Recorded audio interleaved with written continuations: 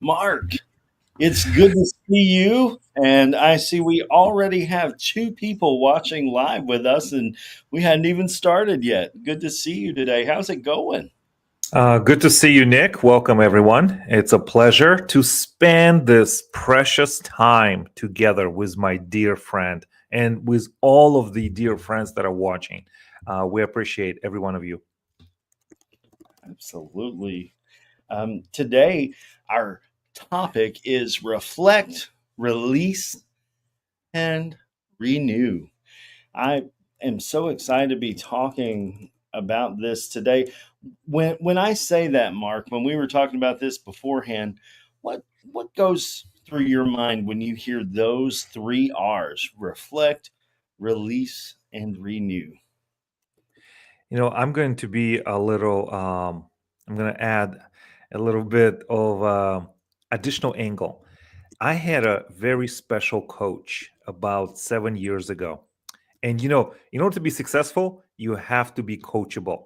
You have to have multitude of coaches that have done it, who can guide you, who can create shortcuts that you can use because it works, because it's proven. So this special mentor have told me, Mark, today we're going to reminisce. Thinking, Mm, what is this beautiful word, reminisce? And it's not just reflect, it's reminisce. So it has this very beautiful notion that you go through ups and downs, you go through the past and present, and you reminisce. So to me, that word means with reflection at everything that you have with beauty and with love. So that's my take on it. Why don't we not don't just reflect? We can also reminisce. yes. We don't learn from experience. We learn from reflecting on experience. That's a John Dewey quote. And reflection helps us find meaning both in our trials and in our triumphs. So I believe that reminiscing is the essence of those two concepts put together there. When we reflect and we reminisce, we can learn from our past experiences. So absolutely. That's the quote that I also heard from John Maxwell, John C. Maxwell, the prolific author, pastor, and entrepreneur. We learn from evaluated experience. So both Johns have teaching us the way, John Dewey and John Maxwell. Yes. Wow, so many synchronicities, my friend. And the longer I live on this earth, which is a gift every day, is I see a lot of connections. Everything is connected. We are all connected one way or the other, and it would be foolish to think that we are not. I see trends. I see world is shifting throughout the world. And what I think people are not understanding is how connected we truly are. And I think technology and even this platform that we're using helps us connect with our dear viewers. And there's one thing: the more people you reach, the more attitudes and more views you get. So we also have to be prepared to encounter somebody who doesn't agree with us. And what is one of the ways we can manage that is to offer our best. Offer our best. Absolutely. And I believe too, when we release, reflect, release.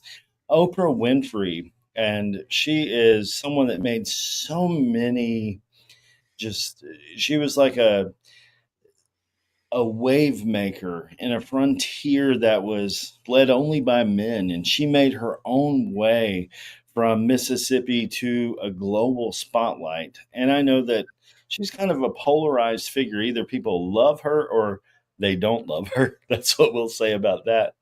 But she said something, that forgiveness is giving up the hope that the past could have been any different. That's release. That is release when you forgive yourself, when you forgive those in your past that maybe have been stumbling blocks. But most of all, when you forgive yourself and you just realize that The past, we can't change. Release it. As you're going into 2025, release your burdens from 2024. Release perhaps the expectations that you had of yourself you didn't meet. Go ahead, release that, forgive yourself. But here's the thing, move forward with intention. Move forward with intention. When we renew, when we release, and we reflect, we have that ability because it gives us a place to go, a trajectory. And I want to invite anyone watching right now, forgive yourself. Forgive yourself and hear hope, hear encouragement from Mark and I, because I have to forgive myself a lot. So many things I would love to have done that I was set up to do, and I didn't follow through, or life happened, a rare blood disorder, or laziness. As we move forward, let's acknowledge things for what they are, and let's keep going. Let's keep going. Mark, how do you do that? How do you cope with yourself? This is such a deep question, and I'm ready to answer. I have been traveling, as you know, throughout the world. I have the great privilege to travel and be open to new experiences. And from time to time, I visit my uh, childhood places where I grew up, where I became a child, a teenager, a young man. And when you meet yourself, or when you go back to that location physically, you um, undoubtedly ask yourself questions. Oh, this is what have happened. This is what I have done. Oh, this is what I haven't done. And sometimes it's not pretty, or it's sometimes ugly, or you may even feel ashamed or guilty of something that you have done or failed to do. And when you stay in that moment, I think it's a part of a maturation process for everyone. It's you reflecting, releasing, and renewing. Reflecting, this is what have happened. Releasing, because this is what you done, you couldn't done any better. And renewing. And I think it's a part of us as maturation as a human, as a man, whether you're a man or a woman or whoever, whatever you see yourself, is growing up. You let your spirit grow up, you let your soul mature, you let your you let your you let your experience make you into the best possible identity. And recently I have been going through some childhood places, and there's some difficult memories that came up. And as I'm replaying them, I have no judgment, it's only reflection. And I found myself that I'm releasing it. I'm releasing these memories, I'm releasing these events, because I cannot go back and change anything. I'm releasing them. And I'm also um, finding a way to think, Mark, you made such a big progress and such a big journey. So there's also a reward in seeing yourself and who you're becoming. I know I'm romanticizing this process, but it is so important. And I'm so glad you brought this up, Nick. We didn't even talk about it, but this is what I've been reflecting on and reminiscing. Thank you for giving me the platform to share. Absolutely. And thank you for being so authentic while sharing. That's one of the things I love about our podcast is we get to meet and we get to discuss. And a lot of times, although we may say a topic, we don't really go through what the other person's going to say. And we've had some bombshells. We've had a lot of fun with this, but moreover, I hope that it's empowering to our viewers. And we've talked about different things people can do. But one thing that comes up over and over on the art of encouragement is the art of keeping a journal, a written account. And I know that's something both of us we do that. But if you're one of those people that's caught on to this practice, yes, I love it.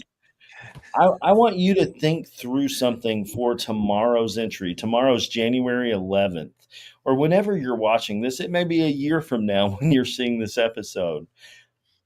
What were my biggest lessons this past year? As you're reflecting, what brought me joy and what drained my energy? Invite yourself to that place where you can be honest. And some things we love doing, but they're draining on us. They're draining on those around us. And we always hope for a different outcome. But if year after year you're finding that that is the same outcome, what could you do to change it? To change your involvement, to change your expectation? And here's the cool reflection point for your journal. What strengths did I discover in myself? Reflection, rediscovering, all these nice R words today.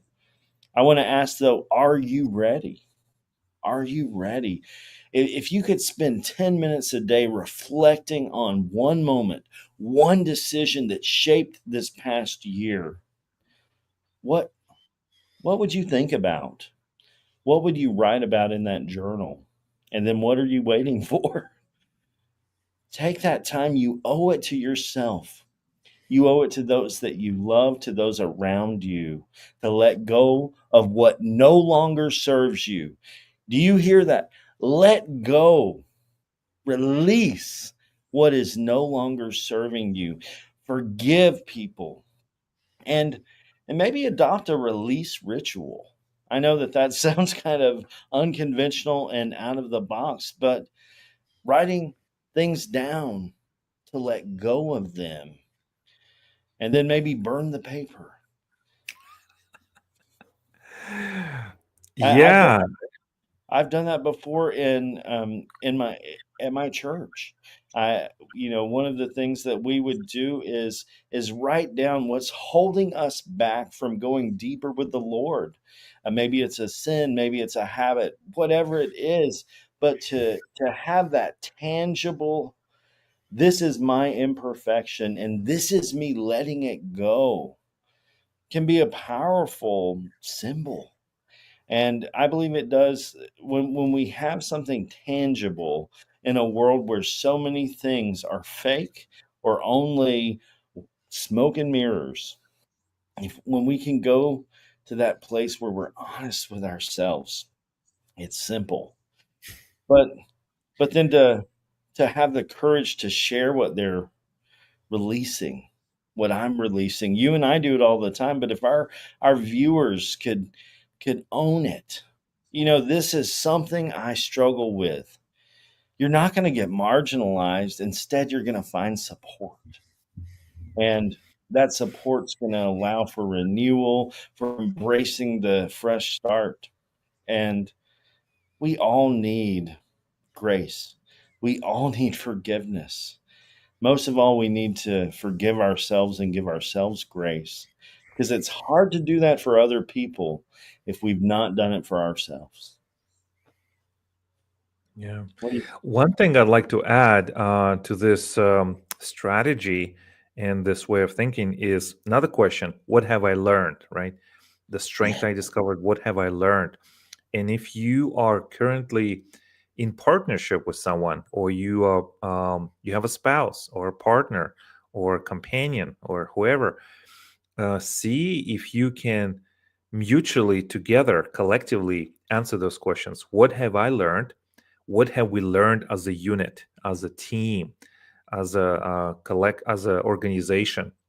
And I feel this brings people closer into what they're building together. So reflect on your own, but also do it as part of the team. And there's no shame if you don't have anything to write immediately, give yourself time. Just like you said, give yourself grace and allow the answers to come. So if you have, if you are part of a partnership, companionship, or family, invite others to answer these questions. What have we learned together? And allow for, the jokes, the humor, the uncomfortable to pass, and then you get to the deeper answers. Be patient.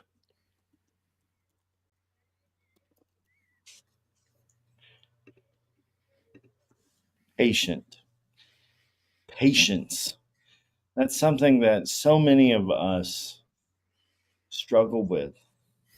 I had a period of time, as many people know, a long period of time to work on my patience.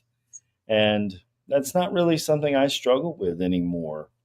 But anytime that I can find myself slipping there, I find life offers me the opportunity to learn patience immediately. Um, you know, if as we are finding that grace, that forgiveness, and renewal, if we can say, this is what I'm going to do, if we're intentionally going to move forward to say, I am patient, I am successful, I am financially secure, I am a man of faith, I am a person of vision, those affirmations, those intentions become our reality. Instead of saying, I'm going to do this, if we can go ahead and own it, we can internalize it. Once again, it becomes more tangible because we ourselves are the realization of the dreams we aspire to. We are the person who forgives. I am a forgiving person. I am a person that empowers others to live their best life and not just talk about it. I am a person that is capable to do whatever I dare to dream. Don't live life on the sidelines in 2025 or any other year. Forgive yourself for doing that in the past, but get in the game. Recently, I was talking with a young man that's 23 years old. He's not been to college, and he feels as though his life is just that he's living it on the sidelines. He's afraid to get into the game. But you know what? He is breaking down those barriers by applying for college. He doesn't know what he wants to major in, but he's shy and he is afraid of failing. But by being so afraid of failing, he hasn't gotten into the game of life. And he realizes it's passing him by. Don't allow this year to be another year where you watch everyone around you meet their goals, where you see people trying and perhaps failing. Failing is okay because failing shows that you're in the game. Learn why you failed and get yourself back up and keep going. These are not just platitudes that Mark and I share, they are from real life experience. I have had amazing moments of success in my life, and I have felt abject failure, bottom of the barrel failure. But I get back up, and you can too. If you're wondering, well, how do I do this? You've got two friends right here that are willing to help you. We hear all the time from our viewers who are struggling, who are wanting to find their purpose, and people also that don't even know why they're on this planet. If that's you, reach out to us. If you've got a goal, we want to help you get there. If there's something that you're scared of, that you know that one place of fear is holding you back from living the life you could live, we're here for you. We don't just say it on YouTube and LinkedIn and Facebook and all of these platforms that we're on these days. We absolutely mean it. We are here for you. but it's going to take courage to engage with us. It's going to take courage to write that first email. It's going to take courage to reach out and say, I am not where I want to be. I am not who I know I could be. And can you help me? When we can get over the fear of judgment, we have arrived. When we get over the fear of wondering and worrying about what everyone else thinks, that is when we're able to take that first step into our new reality, into our new success. Because being our best is not a destination, it's a journey. I agree with everything you said. And just to follow up on you said, you met this gentleman who is identifies as someone who or behavior someone who is shy. And if this is something that you identify with or you see yourself with, I can assure you this is not your final destination. This is not who you will be in 10 years from now. Unless you choose to be, you will grow in experience, you'll grow in knowledge, you'll grow in your relationships. And I almost guarantee you will identify something else, such as I'm someone who is a learner, connector, a builder, a family member. I think shy is just a quick pit stop on your journey. Absolutely. You know, look back. People say, oh, don't ever look back. You're what? We are a succession of days, moments, and experiences. That's where we find ourselves. They say not to look back, but I tell you, look back so that the view looking forward is even clearer. History repeats itself. If you don't examine yourself, wasn't it Socrates? It wasn't Aristotle. Socrates said the unexamined life is not worth living. Examine your life and look back. What do you want to change? What is your mission statement? Mm. Without reflection, we blindly go on our way, creating more unintended consequences and failing to achieve anything useful. Margaret Wheatley said that. Listen one more time. Without reflection, we blindly go on our way, creating more unintended consequences. Does that resonate with you? And failing to achieve anything useful. Without reflection, you cannot achieve anything useful.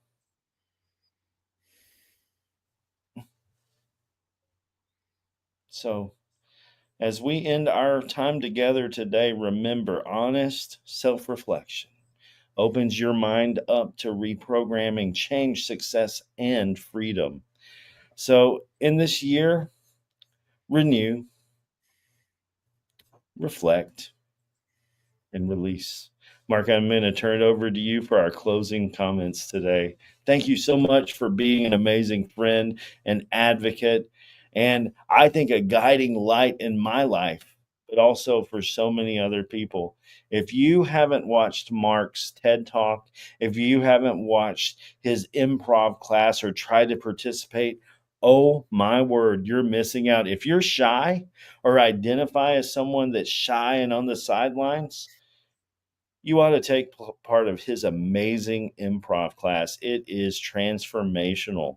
And I'm so glad to call you one of my best friends, Mark. You are one of the good guys. And I appreciate you being part of my life and just impacting and imparting such hope into me on my journey. Thank you. Always, always. I feel the same about you, my friend. In this final thought, as we're talking about reflection, reminiscing, renewing, and releasing, is don't forget about relationships.